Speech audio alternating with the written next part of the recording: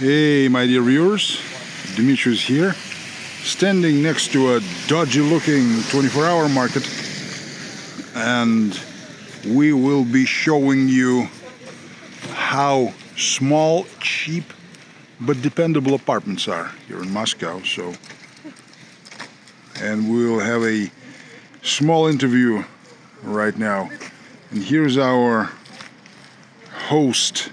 He's gonna tell us on what it's like to live in Moscow. So Preston, tell us. So welcome to my humble abode. Underground lair. I take a few flights of stairs. Second to the top floor here. Okay. We're on the fourth floor. So All right. So let's look. Let's see what's inside. Must be gangland tattoos in there. Not tattoos, graffiti. Always confuse the two. So let's. Oh, they got electronic keys in Russia. Unbelievable. Unbelievable. So we're entering.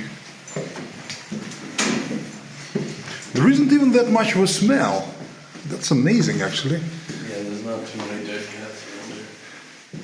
It used to smell like soup, because I was born in an apartment like this. Yes. Always smelled like factory canteen soup. And here are some mailboxes for the residents. Fire, alertness, propaganda. See, no graffiti. Very clean. Very clean. There we go. That's the entrance.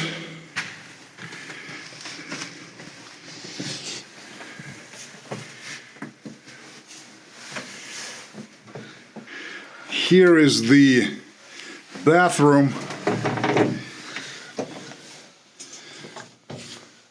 It's quite nice. It looks nicer than I expected.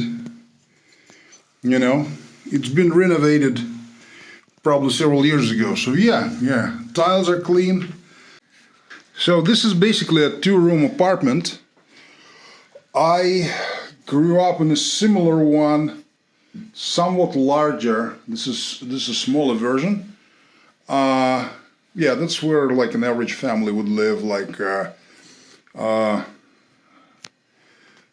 parents and one or two children. So there is a balcony over there. Yeah, it's pretty nice actually. I mean, it's not fancy, but it's you know, comfy and cute, kinda. So yeah, warm. Yeah, it's always warm. This is the kitchen. All the appliances are there. Water. I use these same jugs. Kitchen cabinet.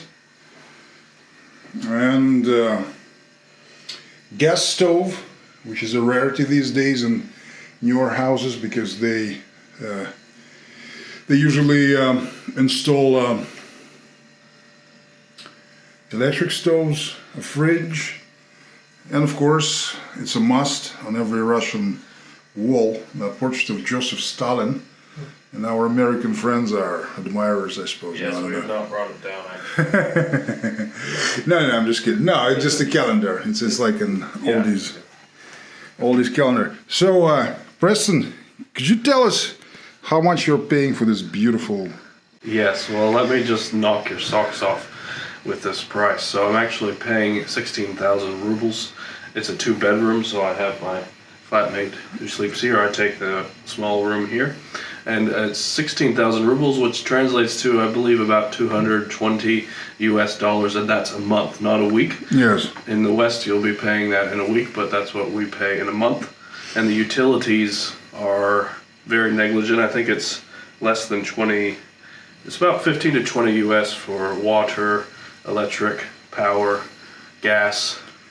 15 to 20 US dollars. Right. Yeah. That's not a lot. And That's not a lot. even internet, actually, I should include as well. So yeah, it's. Is it noisy? But do you have like noisy neighbors or drunks or junkies or aggressive migrants or whatever? No, I never felt uncomfortable. I mean, appearances can be deceiving, but we've never had any issues here at all. Right. So, I mean, Usually the problem in places like this is usually a crazy grandma living somewhere. Yeah, it should be maybe, I don't know, may get noisy or something, or children. But there are not too many children in mid-rises like this. So yeah, that's five-story building. So yeah. So this is what you get. It's cheap, dependable, clean. Heat is always on, water is always on, right? yes. Yeah. There is one small thing when it comes to utilities. In the summer, the majority of Russian multi-story buildings get their hot water cut off for about 7 to 10 days every year in the summer. But everybody knows. I mean, the newer houses have this figured out. But in the older buildings, yeah, you use pots and pans to wash, or you can install a system like a heater, but it's only for like a week, basically a year, so it's no big deal. Yeah, the street outside, well, it's dark, looks like this. Similar houses near, and there is a newer, like a business class apartment complex right like next door. And these weird, what have you, are actually Soviet era garages. This is so-called garage cooperative. So yeah, but it's safe, clean. The worst thing that happens, I actually walk down there almost every night, at least 3 to 4 times a week, about 1 o'clock in the morning. And the worst thing that happens is, I don't know, maybe locals having a beer or something, because there is a 24-hour store. Even though you cannot buy alcohol after 11, well, they have a smoke and a beer, and I don't know, maybe laugh loudly. That's pretty much all the gang activity that we have in Moscow, at least. I mean, if you go way east, it's probably going to be somewhat more difficult, but still, it's very clean and quiet. And look what they have. They have books. Devils by Dostoevsky and Theater by Somerset Maugham. Yeah, so that's how they're living.